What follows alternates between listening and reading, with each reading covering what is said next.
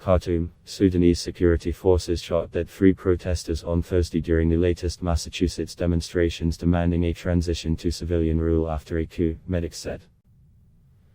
The latest killings bring to 60 the death toll in a security clampdown since the October 25 military takeover, said the Central Committee of Sudan Doctors, which is part of the pro-democracy movement.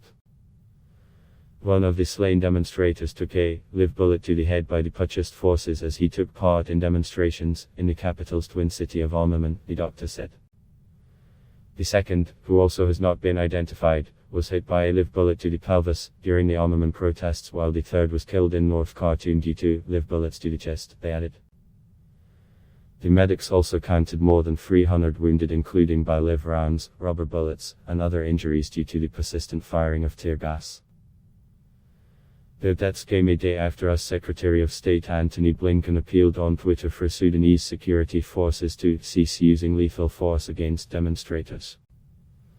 Authorities have regularly denied using live rounds in confronting protests. Singing, beating drums, and holding up posters of others killed in demonstrations since the military takeover, protesters in the capital Khartoum shouted defiant slogans against the army. Many protesters in Khartoum were seen wounded and struggling with breathing difficulties due to the heavy firing of tear gas, according to the witnesses.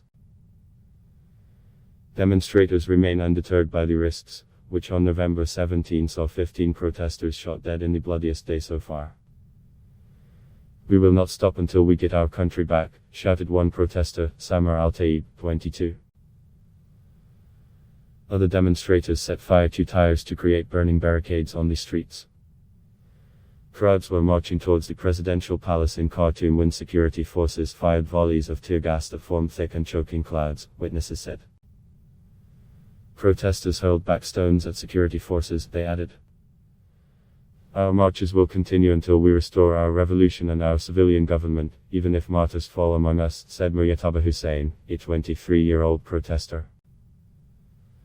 The power grab by military chief General Abdel Fattah al-Burhan was one of several in Sudan's post-independence history.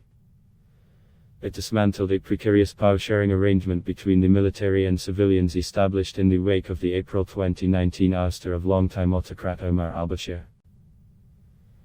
The protests on Thursday came days after Prime Minister Abdallah Hamdok resigned, leaving the military fully in charge. Hamdok had been held under house arrest for weeks following the coup, before being reinstated in a November 21 deal after international pressure. The protest movement called the November Pact a betrayal, for providing what they said was a cloak of legitimacy for Burhan's coup, and kept up its rallies.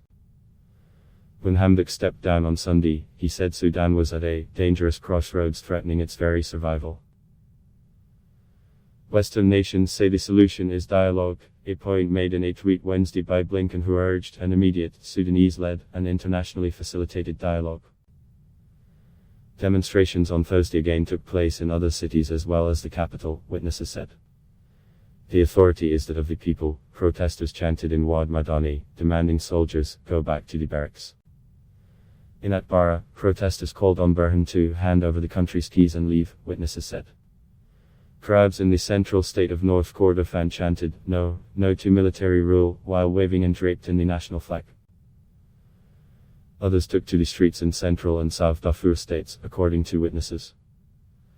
On Tuesday, the United States, European Union, Britain and Norway warned the military against naming their own successor to Hamdok, saying that without involvement of a broad range of civilian stakeholders, such a move could plunge the country into conflict.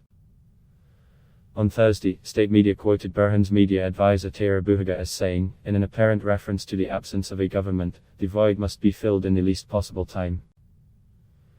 Web monitoring group NetBlocks said the mobile internet was cut from mid-morning Thursday, and wider internet access and phone lines were also disrupted, a tactic repeatedly used in an attempt to disrupt activists. Adblock test why?